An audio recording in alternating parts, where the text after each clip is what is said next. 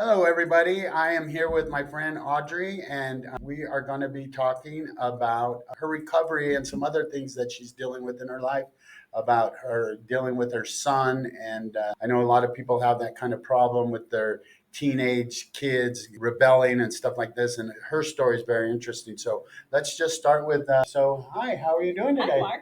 Hi. So tell us about how long. So you're in recovery. Tell me a little bit about that. So I'm in recovery. It's going to be 15 years in April. The reason why I got sober was because I hit my rock bottom. I lost custody of my son at the time, the one that I no longer have a relationship with or is no longer with me. So he losing him was definitely my rock bottom. It made me get clean. I was a heroin addict and meth addict. I knew what I needed to do. It was either get sober or end up dead or in prison. And I quit cold turkey. I let go of the meth and then slowly the heroin. And I just remember sleeping for months. And I actually came back to the Heights Club and I lived here and other groups as well. But that's how I got sober. And then I ended up having my second son, and it just became a little harder to get to meetings because I had two kids, and at the time they smoked here at the Heights Club, so it was definitely Ugh. harder to get here. But I maintained my sobriety, which is pretty awesome. That's cool. So there was no police involved, nothing like that to get you sober? Uh, No, what happened was is my son's father ended up just taking him, got a lawyer one day. I let him go to visit his dad, and I was like, oh, well, now I'm going to go get high and live my life. And that one day when I'm like, hey, I'm going to go pick up my son, he was like, no, you can't have him back. And that's what did it. I remember crying and very emotional, but I took that pain and I fought for him. Sorry. oh, that's okay. This is going to help other people out there. So you did end up getting your son back, right? I did. I got him. There was restrictions, of course. I had to be at my grandma's, and I only had him. Gosh, I think it was maybe 2 days. But I did get him back. Shortly after that, I guess the tables had turned. I had some sobriety under my belt, and his dad started using. So I had to get my son back, and I had him. I had full custody of him for a while until his dad tried getting his rights back. So you've been dealing with this for a long time now, many years. So can you share? This is the important part. I think every mother and father needs to know because I hear so much about this that parents are going through this with their kids, their teenage kids. He started to rebel now, right? He's not doing drugs or anything like that, is he? He just didn't want to follow your rules. Is kind of what. And didn't want to follow your rules and stuff like that. Is that what happened? Because he's now living with your ex, right? Yes. His father, should I say? So, like you said, we've had a lot of dealings with the courts. I had him, and then his dad got some custody back. And then, not too long ago, his dad relapsed again, and then I got Lorenzo back. So, Lorenzo obviously was older and was, I guess, rebelling. And this last court hearing, us having him more like we did him some good. He didn't have a lot of communication with his. Sorry about that interruption. We'll cut that out. Anyways, this last court hearing, he was a little upset with me because I took him away from his dad again due to drug use. And then his dad fought for more custody, which we did. We had a good custody arrangement. My feelings towards his dad, I've never really cared for him, but I had to put that aside. And in my head, I'm like, well, we just got 3 more years to go. I just got to be the better person. And boy, did that blow up in my face. The more time Lorenzo had with his dad, the more time his dad was able to manipulate him and was very narcissistic. And Lorenzo picked up those traits as well, narcissism and manipulation. So sorry, I'm rambling right now. No, that's okay. So, anyways, Lorenzo started going down the wrong track. Didn't he disrupt the whole family's? Yes, I'm Yes. sorry. Okay. He disrupted the whole family. The most recent thing was he had his grades started dropping to an F, And I told him, I said, I know you're struggling in this class, but if you drop to an F, I'm going to take things. And he's like, no, mom, come on. And so his grade dropped to an F. He started to be very disrespectful towards me. Right before he was going to his dad's, he was very persistent on us going 50-50. And I told him, no, it's court ordered for a reason. That's between me and your dad. Of course, I know his dad was putting things in his head because what 14-year-old asked that? And then when I get him back from his father's, he's treating me like shit, very abusive. You know what my dad used to tell my mom? My dad would tell me when I would go visit as a kid. He would say, "Your mom's nothing but a whore. She's a slut. She's a tramp. She's all." He would call her every dirty name in the world. And God bless my mom because she always. I would go back and tell her, and she would say, "He's just a sick man." She never talked bad about him, and she wouldn't even allow me to talk bad about him.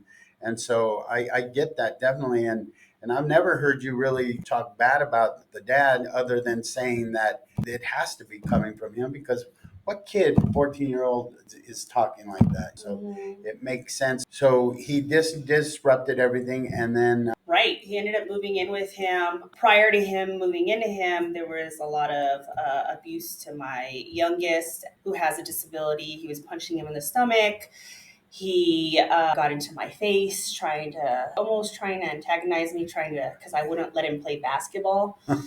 Because he was grounded. And really, I would have lightened up on him if he would have just had a little bit more respect for me. And then one day, he said 2 words to me. He walked himself to me and Andre went to. Andre's her husband, one of my best friends. So, yeah. We went to Costco and he walked himself down to the police station. And we had no idea because we were gone. And we get a phone call as we're walking out of Costco. And it's APD, and they say, "Is your son Lorenzo?" I said, "Yes." "Can you please tell me what happened today?"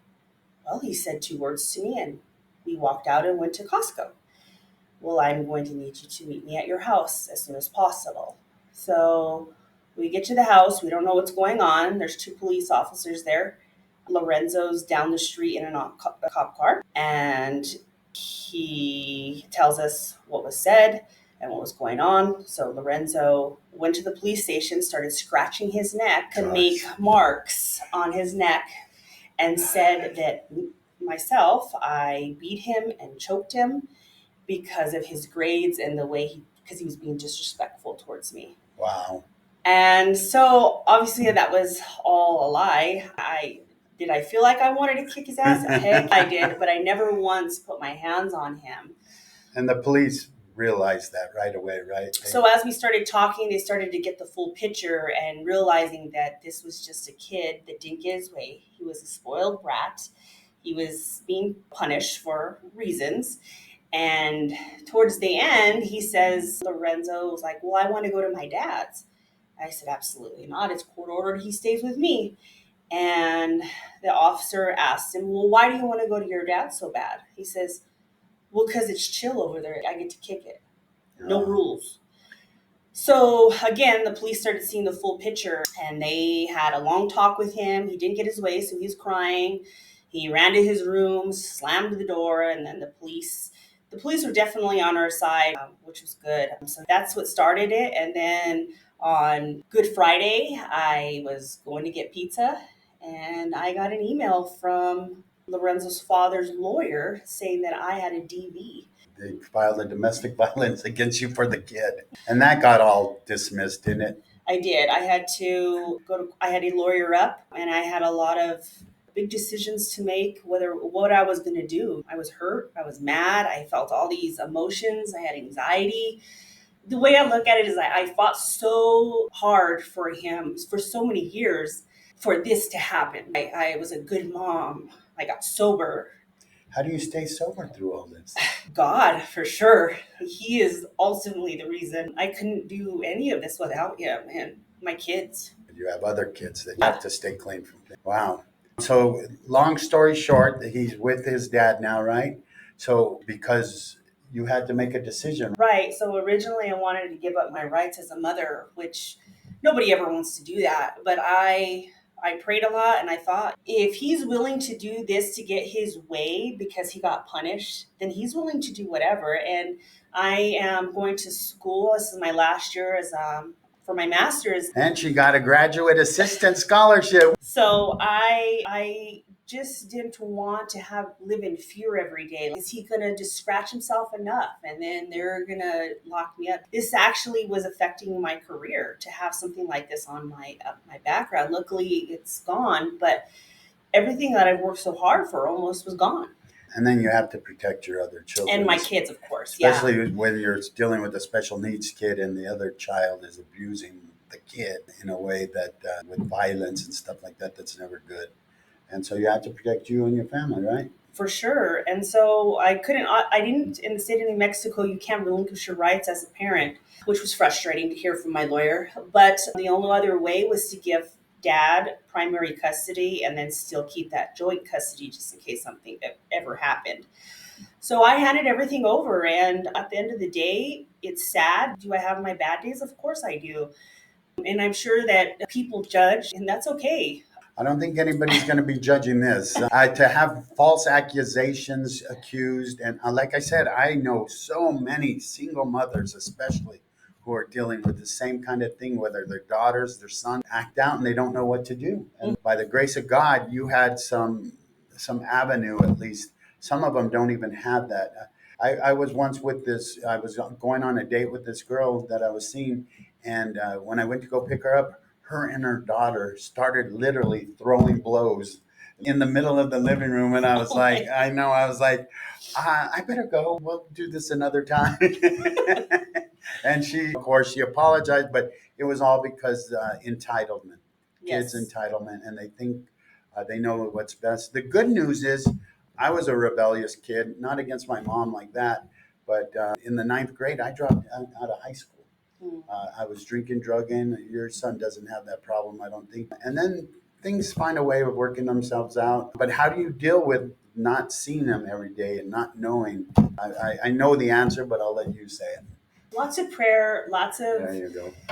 just just giving it over to God, and it's just not up to me. I don't think I'll ever hear from him. I don't think it's going to be anytime soon. I think it'll be years because right now in the moment I think it's just pointing fingers. It's her fault. It's her fault. And that's okay. Again, I have to protect my peace.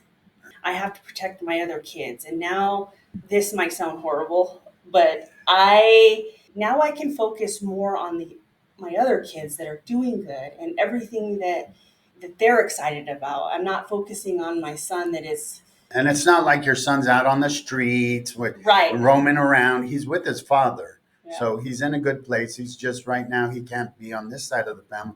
But this, I will tell you, I have a feeling it will be sooner because when push comes to shove, I never hear kids crying and going, and I was an adult crying for my mom. They don't call crying for their dads, they call crying for their moms. And I have a feeling God will answer that prayer when the time is right. So before we go, what would you tell any mothers that are going through something like this? What do you have any advice? What to do? How they deal with the emotions? Anything that you would tell somebody? Oh man, that's a good question. I don't know. I would definitely pray and ask God what to do and listen and do what's right. I guess I don't know. It's Yeah, just it's such a tough thing. it is. I would have never thought that I would have went through this. Knowing her and her husband, they're very good parents. They're very good in recovery. They're doing the next right thing always. And so it shows you, even in a great home, a good, loving, caring home, this can happen. And so I think the best thing they can do is reach for help, find help because when you see first signs of it, that's what I would say is try and get it before it. But who knew this was going to come like this? It was a shocker because I would have never thought. All right, that's crazy. Yeah. Well, thank you for being with us. I think this is going to help a lot of people. And thank you for being here. Thank you. Yes.